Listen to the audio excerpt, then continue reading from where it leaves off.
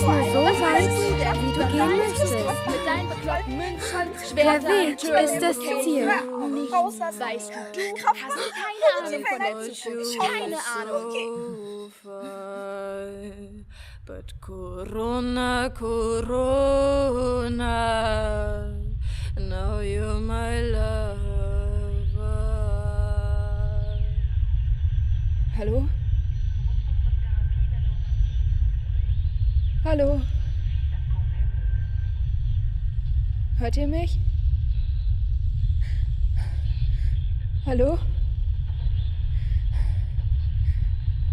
Ich kann euch nicht sehen. Seht ihr mich? Hallo? Hast du das Dokument schon Ist da hochgeladen? jemand? Wo denn? Hä? Materialien habe Irgendwer, ich der hier mich nicht. hören oder sehen kann? Sehe ich nicht. Achso, nee, Doch, nee, hab da ich habe ich keinen hochgeladen. Zugriff. Sehe nichts. Immer noch nicht. Allgemeines Problem 4. Hallo? Ich dachte auf OneDrive. Materialien. Achso, nee, da habe ich keinen Zugriff. Hä? Gib mich mal frei. Oh, Hallo, mein WLAN ich synchronisiert Sarah. gerade Doch, nicht. man muss Oh, mein Daten. WLAN Keine geht Ahnung, nicht. was ich da Ah, mache. so, jetzt sehe ich es. Aber nee, ich meine das andere Jetzt bist du Dokument. eingefroren. Das ist Hallo? heute Vormittag. bist Nee, neu das ist bei eingestellt. Interneteinstellungen noch nicht über. Okay, jetzt müsste es freigegeben sein. Mittwoch, 15 Uhr. Die 4. Online-Vorlesung. Gerötete Augen starren auf den Bildschirm. Sei aufmerksam und interessiert. Der Professor redet. Er sitzt vor dem obligatorischen Bücherregal.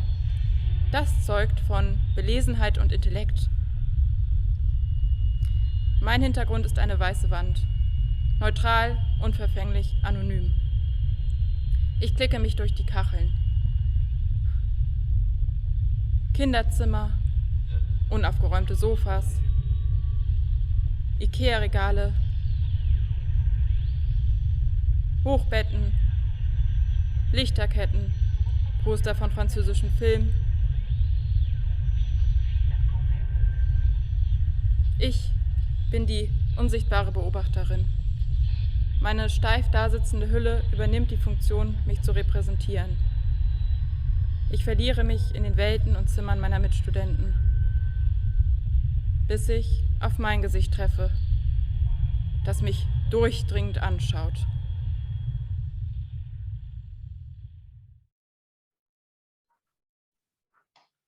Fräulein Decker, warum haben Sie Ihre Kamera deaktiviert? Ja, meine Verbindung ist gerade schlecht. Darum habe ich auf Ton umgestellt. Also Sie sind dazu verpflichtet, sich um eine adäquate Verbindungsqualität zu kümmern. Ja, aber das geht einfach gerade technisch leider nicht. Also ich habe das schließlich auch geschafft und ich komme aus einer ganz anderen Generation. Naja, so, also ich wiederhole für alle, die Klausur am 3. November findet auf jeden Fall statt.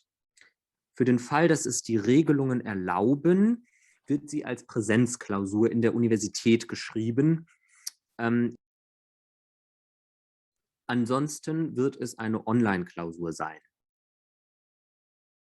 Entschuldigung, ich kann mich nicht früher einloggen. Mein Laptop hat noch Updates durchgeführt. Was war das jetzt mit der Online-Klausur? Bei dem Vorlesenverzeichnis steht, dass der 3.11. ist, aber auf der Website vom Prüfungsbüro steht, dass sie eventuell verschoben wurde. Aber wenn es eine Online-Klausur ist, dann muss sie nicht verschoben werden, oder? Wird es nun doch eine Online-Klausur? Also meine Damen, jetzt auch zu spät. In dem Sinne nicht tolerieren. Das letzte, die Klausur, die am 3. November. Ich würde nun wirklich gerne wissen, ob es eine Online-Klausur sein wird. Welches technische Equipment benötigen wir dafür? Er hat doch gesagt, es wird eine Online-Klausur. Ich finde es total daneben, dass sie von uns verlangen, zu Hause eine Klausur zu schreiben und dann alles abzufotografieren. Bei meiner Schwester war das auch so. Die gehen einfach davon aus, dass man ein Handy mit super Kamera hat. Echt jetzt?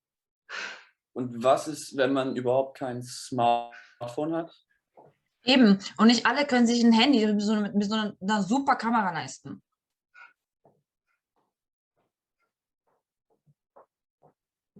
So, Also ich war kurz weg. Gibt es jetzt noch Fragen zur Klausur oder können wir jetzt endlich mit den Inhalten beginnen? Entschuldigen Sie, aber ich finde es total unmöglich, dass wir während der Pandemie 2 anspruchsvolle Klausuren an 2 aufeinanderfolgenden Tagen schreiben müssen. Und dann erwarten Sie auch noch alle von uns, dass wir das neueste iPhone haben. Also meine Damen und ich boykottiere Apple, weil die zahlen nämlich keine Steuern. Wenn das eine Präsenzklausur wird, dann bin ich raus. Ich setze mich doch nicht in einen Raum mit 50 Leuten, die wahrscheinlich 2 Tage davor noch eine Corona-Party gemacht haben. Ja, da breche ich den Kurs lieber ab. Ey, ich auch. Ey, mir ist es echt zu stressig, ich bin weg. Also meine Damen und Herren, ich sehe ja ein, dass die Situation schwierig ist. Also ich bitte Sie ja.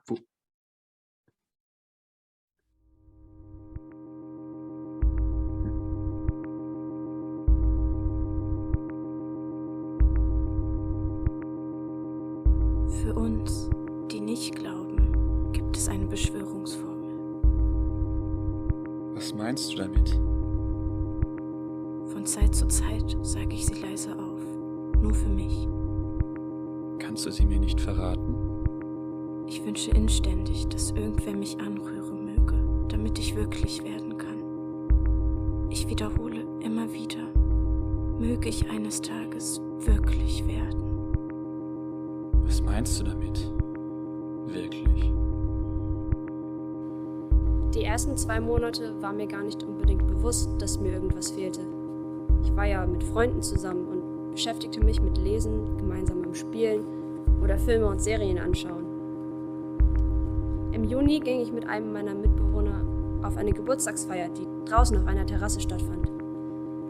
Bis dahin hatte ich es nicht gemerkt, aber nach 3 Monaten mal wieder die Gesellschaft von anderen Leuten, die ich sehr gerne hatte, zu genießen, war sehr schön und wahrscheinlich gut für meinen mentalen Zustand. Danach sagte aber ein anderer Mitbewohner, dass er es unvernünftig fand, dass wir dorthin gegangen waren und dass wir solche Entscheidungen nicht für uns alleine treffen, da wir ja mit anderen zusammen wohnten. Nach einigem Überlegen fand ich, dass er schon recht hatte und traf mich von da an mit noch weniger Leuten, vermisste es aber mehr.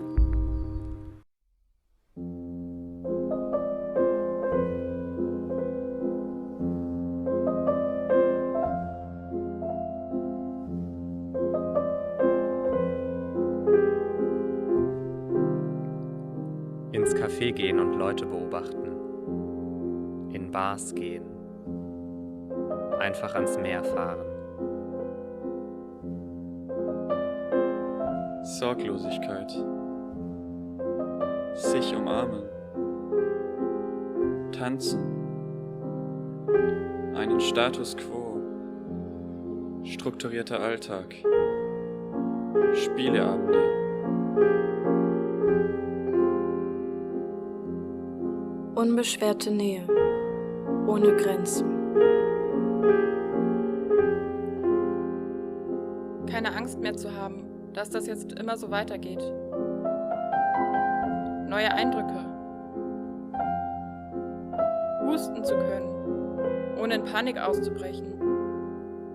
Oder diese auszulösen.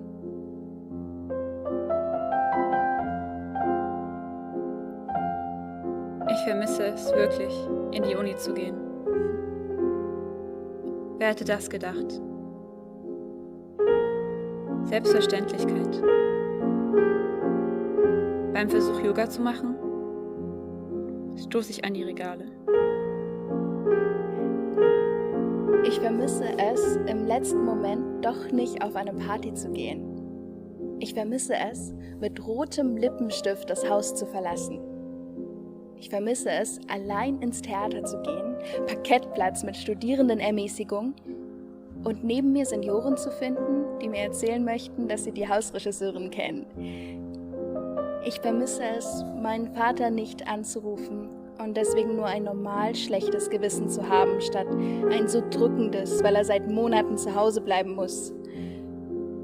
Ich vermisse es, in einer Bar eng aneinander zu sitzen, mit dem einzigen Ziel, später noch näher zusammenzurücken.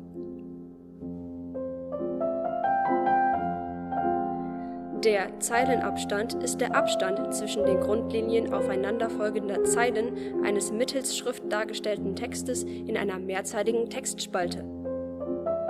Der Zeilenabstand ist wesentlich für die Leserlichkeit eines Textes, da sowohl zu geringer als auch zu großer Abstand das Verfolgen der Zeilenwechsel erschwert. Irgendwie waren wir alle Zeilen, wie wir so nebeneinander hergelebt haben, ohne uns sehen zu dürfen. Grüß Gott, liebe Bürgerinnen und Bürger. Aufgrund von der diversen Zuschriften und Anfragen haben wir uns von der Gemeinde entschieden, für Sie mal wieder ein informatives und aufklärendes Video zu machen. Zum Thema neue Regelungen für den Besuch von ausländischen Partnern in einer auf Dauer ausgelegten Beziehung. Ich zitiere aus der vorliegenden Einreisebestimmung.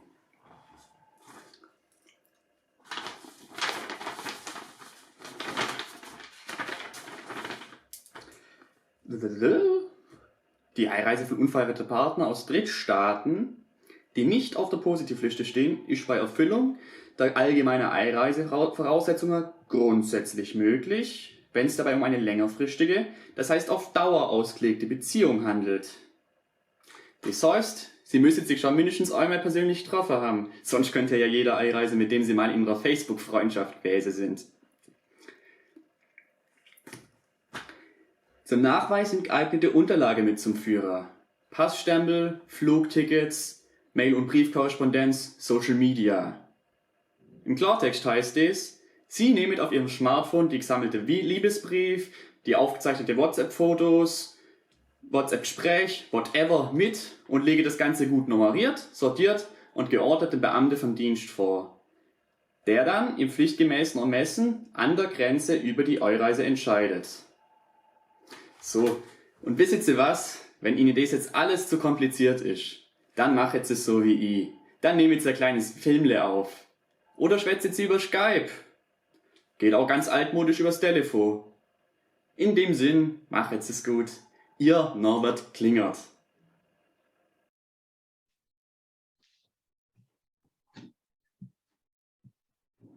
Da bin ich wieder. Was hast du am Ende gesagt?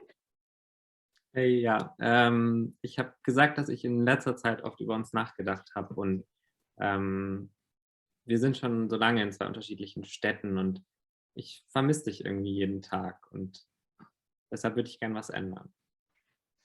Sorry, du warst gerade kurz weg, aber ich vermisse dich auch sehr.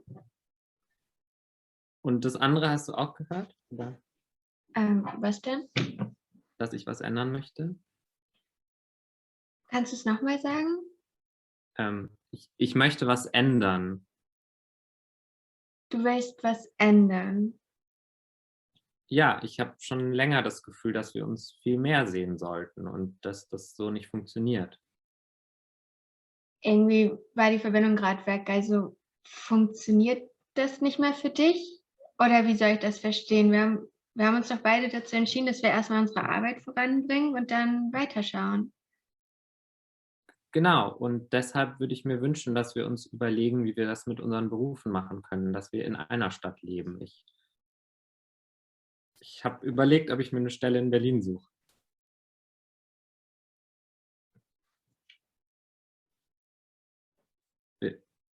Willst du nichts dazu sagen? Also das wäre ein großer Schritt für mich und du weißt doch, dass ich Berlin nicht so mag. Also, du willst mich nicht mehr in Berlin besuchen kommen, weil du die Stadt nicht so magst? Jetzt ist irgendwie die Verbindung schlecht.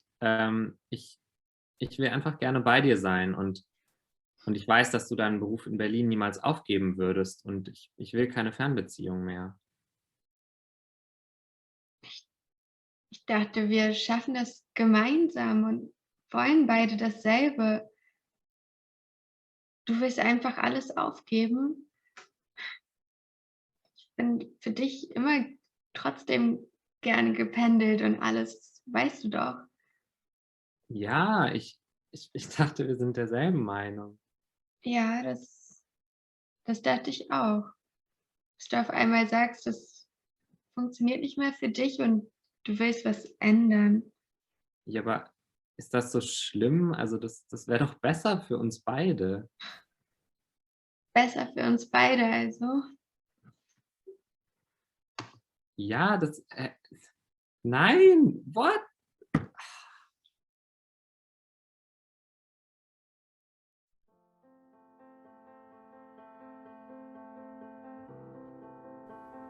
Es ist kein Date. Wir sind zu 5. Aber, dass er sich an meinen Freundinnen vorbeidrängt, trotz der engen Sitzreihen und den Popcorn-Eimern, die es ihm noch enger machen, dass er ein wenig verschüttete Cola aufs Hemd bekommt, nur um den Platz neben mir zu bekommen. Das sagt doch mehr als ein Blumenstrauß. Das sagt doch alles, was es zu sagen gibt. Er setzt sich neben mich, rechts von mir, und darum stopfe ich meine Jacke links von mir in den Sitz. Als Vorwand, um näher zusammenzurücken. Der Film ist in Ordnung. Ein Krimi, die Buchvorlage ist von einem berühmten schwedischen Autoren, den ich nicht kenne. Ich warte auf eine gruselige Szene, damit ich ein wenig zu laut erschrecken kann. Er soll sich erinnern, dass ich hier bin, direkt neben ihm. Aber es kommt nichts. Der Mörder wird gemächlich in der Fjordlandschaft gejagt und wir sitzen da nur. Da sehe ich seine linke Hand auf seinem linken Knie. Und ich lege meine rechte Hand auf mein rechtes Knie. Und ich spreize leicht die Beine, nur 1 Zentimeter. Und seine Hand rutscht an die Seite seines Beins. Und wir schauen nach vorne. Wir schauen nicht den Film, aber wir schauen nach vorne. Zwischen unsere Hände passt ein Popcorn. Dann ein Nacho-Chip. Und ich überlege, den kleinen Finger abzuspreizen, wie eine feine Dame beim Tee trinken. Aber ich tue es nicht. Wir verharren.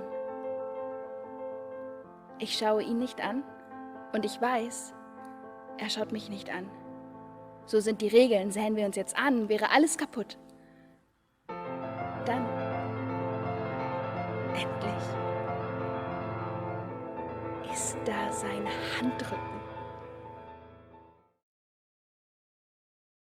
Für mich würde Wirklichkeit bedeuten, dass eine Freude ist und vor allem, dass einem Schmerz erlaubt wird, ein Schmerz zu sein. Die Wirklichkeit ist vielleicht überhaupt nicht das, was ich mir darunter vorstelle. Vielleicht existiert sie ganz einfach nicht. Vielleicht gibt es sie nur als Sehnsucht.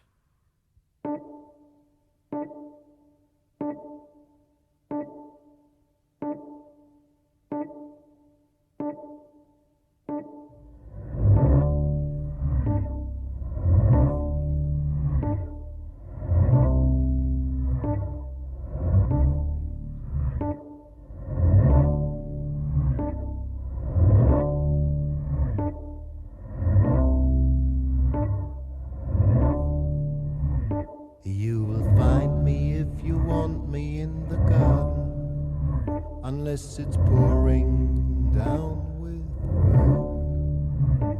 You will find me if you want me in the garden. Unless it's pouring down with rain. You will find me if you want me in the garden. Unless it's pouring down with rain. You will find me if you want Weiße me Wände in mit the welliger garden. Tapete. Vereinzelt hängen Bilder an der Wand. Ein grünes Samtsofa.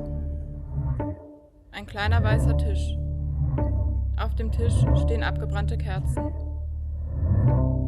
Ein Bett mit roter Bettwäsche. 2 Regale. Ein schiefstehender Fernseher. Ein offener Kleiderschrank, aus dem Kleidungsstücke herausquirlen.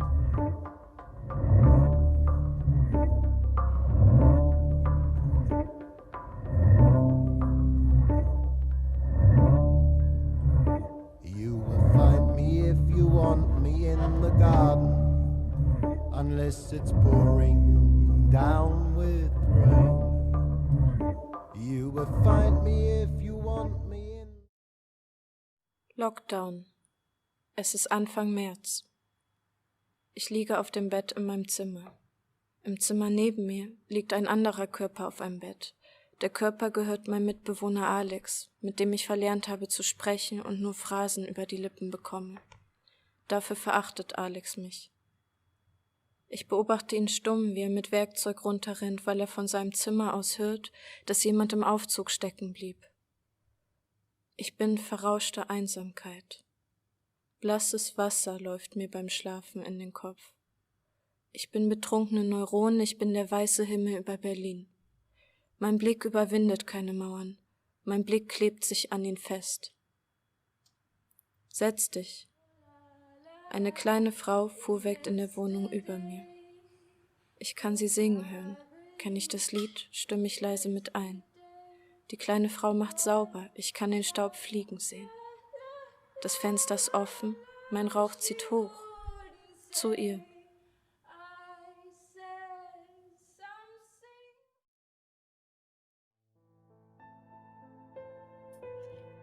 Wohlfühltee. 8 Kräuter. Ziehzeit kurz. Mit frischem, heißem Wasser aufgießen und 5 bis 8 Minuten ziehen lassen. Füllgewicht 2 Gramm. Teekanne GmbH und Co. KG 40526 Düsseldorf. www.teekanne.de. So richtig Wohlfühltee. Minze und Captain nicht verschieben auf morgen. Ziehzeit hier und jetzt. Endlich alles anpacken, was liegen geblieben ist und voll Tatendrang aufgießen. Füllgewicht noch 67 Kilogramm. Teepanne GmbH und Co. KG 40526 Düsseldorf. www.teekannichtzähltnicht.de. Digitaltee. Keine Kräuter. Ziehzeit. Weiß keiner so genau. Mit wöchentlichen Zoom-Meetings aromatisieren und deine Mutter auf Fullscreen ziehen. Füllgewicht. Ein paar Kilo mehr als letztes Jahr. GM Verbindungsprobleme H und keiner da KG. Meeting-ID XYZ. www.de.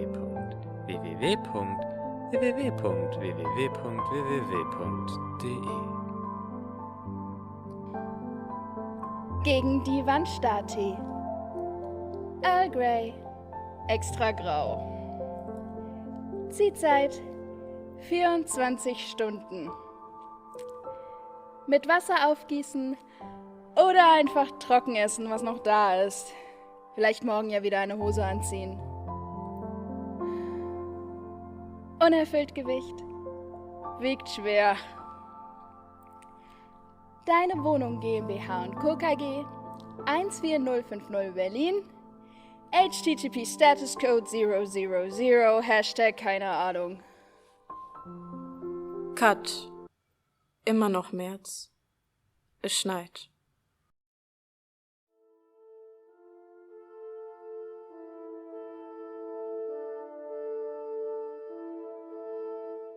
Mein inneres Kind packt mich.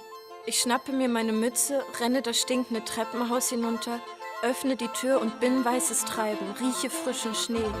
Renne, halte meine Mütze in der Hand, sehe aus wie ein kleiner Schuljunge.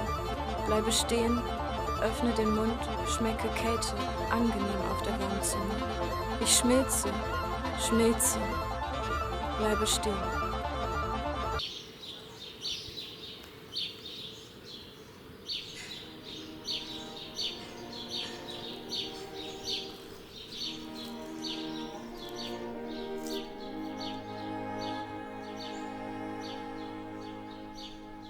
Es war Samstagabend.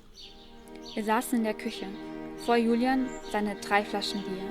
Wir lachten und unterhielten uns über kosmische Strahlung im intergalaktischen Raum.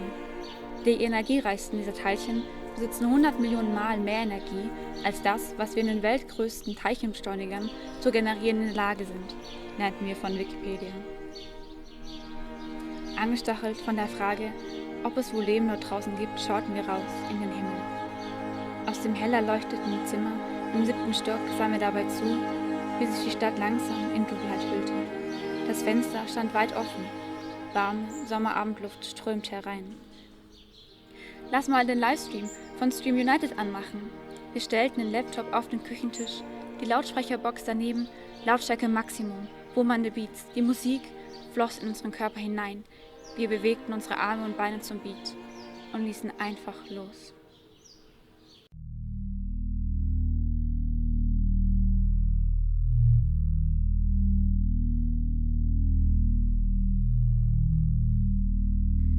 Je älter ich werde, umso mehr zieht es mich zum Licht, zu allem, was leuchtet. Licht und Schatten faszinieren mich. Ich habe diesen Dachboden gemietet und die Lampen aufgestellt und verbringe jetzt die meisten Abende hier. Die Stunden verfliegen nur so. Es ist eine enorme Energiequelle für mich. Es macht ein solches Vergnügen, sich ganz absichtslos umherzubewegen und die Hand auszustrecken. Jede Lampe strahlt ihre eigene Art von Hitze aus. Unverwechselbar. Interessieren Sie sich für Licht? Weckt es etwas in Ihnen? Ich habe herausgefunden, dass das Licht umso beglückender wird, je mehr man es zurücknimmt. Dann, wenn nur noch ein einziger Strahl übrig ist, wächst die Qual aus Entzücken und Verheißung, während man auf den Augenblick wartet, das verlischt. Dieses Licht, dieses Leuchten, es ist mein Freund, mein Beistand, meine Stütze.